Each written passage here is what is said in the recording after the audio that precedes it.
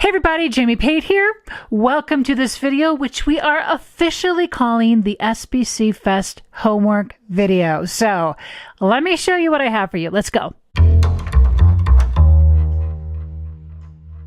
Okay, to start. Now I can't reveal the project to you. I can't do it.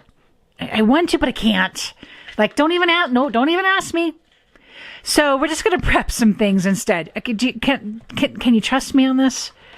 Okay, so I'm grabbing the mixed media ScrapbookCom paper pad, super heavyweight, and I'm actually going to need 2 of these. And I'm cutting one piece to 5 by 6. Okay, then I'm just going to grab another one right out of the paper pad and use it as it is. Okay. All right, and what I'm going to do is grab the Snowflakes stencil, one of my most favorite stencils from ScrapbookCom. It's just beautiful, especially when you see what we are going to be making with this today. I'm also going to grab the mint tape, and can I just say, the mint tape is seriously my scrapbook paper crafting friend. So I am going to now grab my ScrapbookCom scraper and the snowflake glitter pops of color. I don't know if you can get an idea. Can you see all the glitter in there? This is just such a fabulous product here.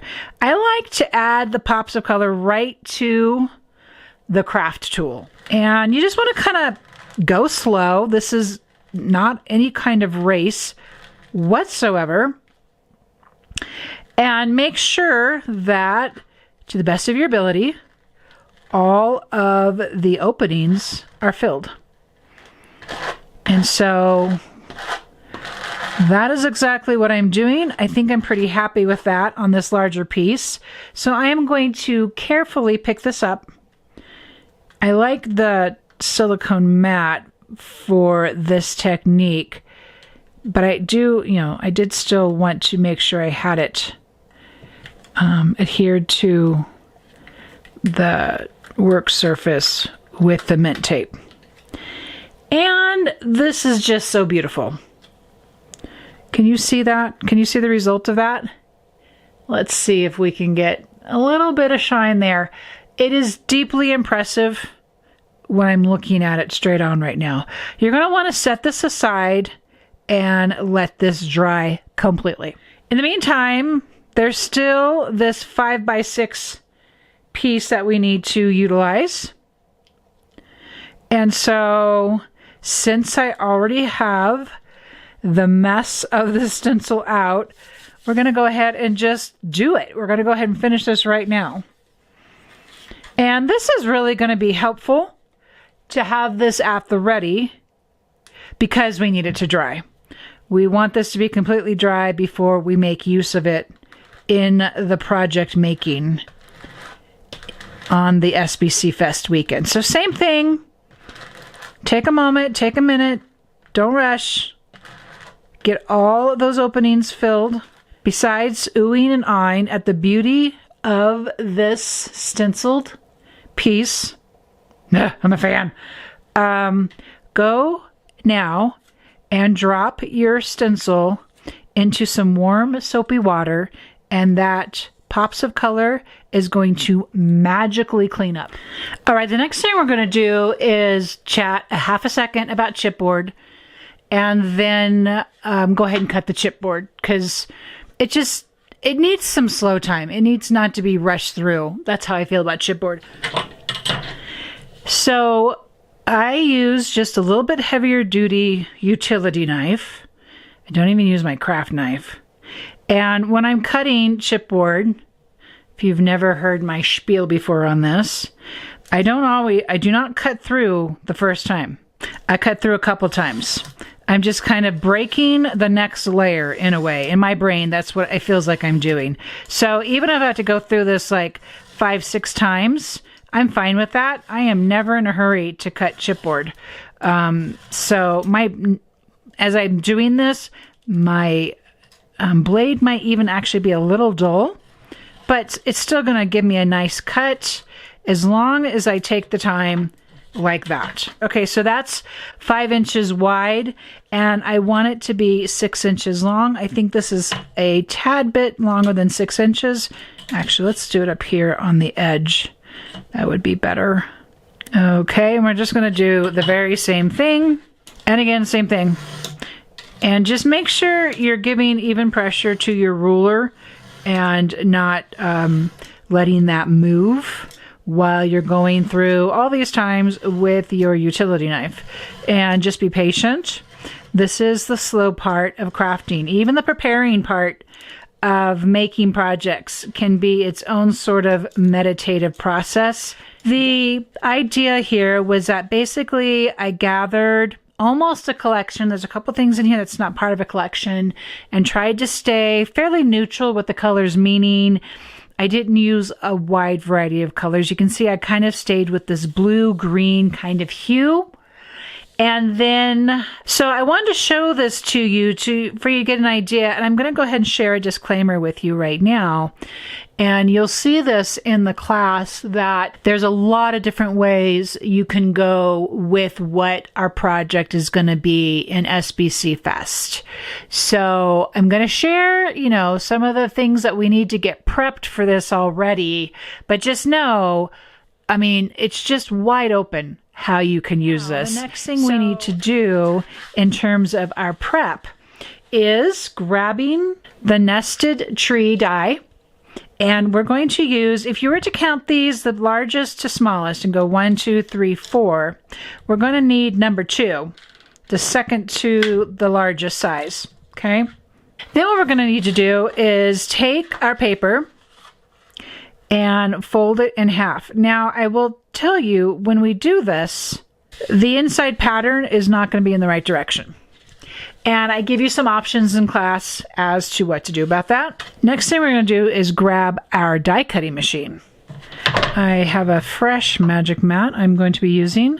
I have my piece of paper. This is 6x8 paper. You don't necessarily need 6x8 paper. You could use a 12x12 paper and just trim it down. Basically, what you need from your paper is for it to match this die so that your die can sit on here. But not only is it going to just sit on there, I have my handy little piece of mint tape there sitting on my die cutting machine, but I'm going to shift this die over. This is my folded edge right here, correct? And I'm just going to shift this over until this middle part of the tree that sticks out is over the fold. So you can tell here and here, because the die part's not there, it's not going to cut that, and it's going to create our fold for us. So I think it's kind of important to have this little part here extend over. You could just do the bottom one. I don't think that's going to give us enough of what we want. I think it's going to make the paper a little wonky. So we're just going to go ahead and cut this, put this all the way through, and you will see how this turns out here.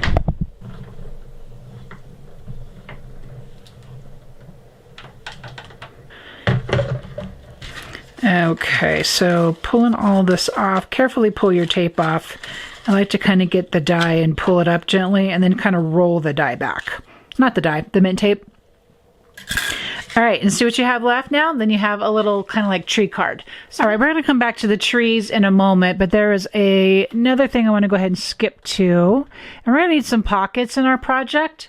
So I'm using the DIY pockets. They're tall and skinny. I love that title. Tall and skinny. It cracks me up. Because they are tall, they're very skinny, but they make really fun taggable inserts. I don't know if that's a word. Okay, from one of our patterns, this striped one here, I've trimmed out a 3 by 6 inch piece of pattern paper. And I will tell you, I'm going to pop this up here on this edge. And right now I need to find the top of my cutting plate because that would be super helpful. And I found it, just under the things. Does that ever happen to you? Can't imagine. Okay, so we're going to do this twice. with 2 different patterns though. So I'm using this striped pattern. And then I'm going to do the same thing with this. Basically, it's a buffalo plaid.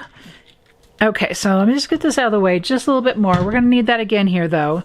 I am using the 1/4 inch double-sided adhesive from ScrapbookCom, which just fits perfectly on these score pieces. Super happy about that. Now I have a little trick that we're going to be using these pockets with in the class, but for now just go right ahead. I should get into the frame, shouldn't I? And add adhesive to all of the score little flaps, okay? And something you're going to be seeing me do a lot is when I get adhesive down, I like to go back and burnish it. It just makes it super easy for pulling that backer paper up. So just set that aside for now and go ahead, do the same thing with your second pocket. Okay. Okay, the next thing we're going to go ahead and prepare is using the snowflakes dies as well as the holographic paper.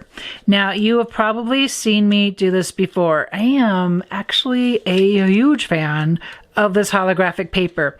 And I'm looking for this paper here, about halfway through, has this, what I call like a compressed glitter. It looks like tiny fine glitter kind of smashed into this paper. And it is just so beautiful. What I'm going to do with these dies, and I've already actually started a couple already, and I have those here. I don't 100% know how many I'm going to use.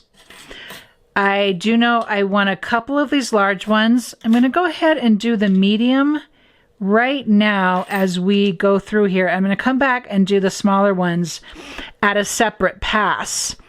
The holographic paper it's a very unique paper. It's called mirror paper. It's not cardstock. You wouldn't be able to write on it. And it is just a little thick, heavy duty. And so when we pass it through the machine, I'm going to go once, twice, and then in one more time, and then the last pass.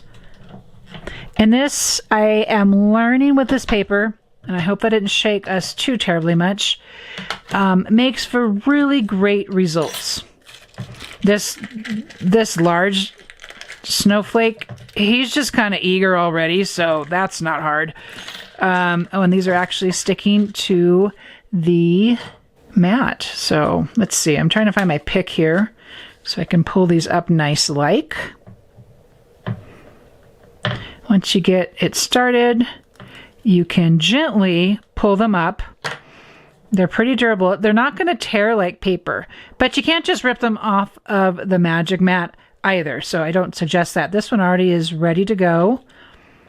All right, at this point, continue to make multiple snowflakes in different sizes and in the different silver papers found in the holographic paper. Oh, hey, real quick, while we have the machine out, die 3, so from the large to the smallest. This is number 3, 1, 2, 3. I want a little tree tag. And I'm choosing this paper. I'm going to use, and I kind of like the idea of being able to see through. I love being able to see through on these dies. And I'm just kind of making sure I have the placement of the pattern inside my tree like I'm going to be happy with. So just be mindful of that. Otherwise, just use a slim piece of this paper to cut your tree. Wow, everything's so easy after that hollow paper, let me tell you. And then I believe we have all the die cuts that we need. I'm glad I remembered that. I mean, we could have done it in class, but you know me. I just would like to be ready to go. All right, there you go. Okay, there's another part of this homework that I thought we would take some time to do. And I have an idea, and I tried it out, and it actually works. I'm kind of excited about it. I don't know if it's original. I'm sure somebody has figured this out long before me. So one of the things I really, really love to have, and especially at the ready, because sometimes it's like, oh, I don't really want to add that on. I don't know if you're me, that's, if you're like me, that's kind of what you do. But I really, really love, okay, ScrapbookCom has these stamp sets.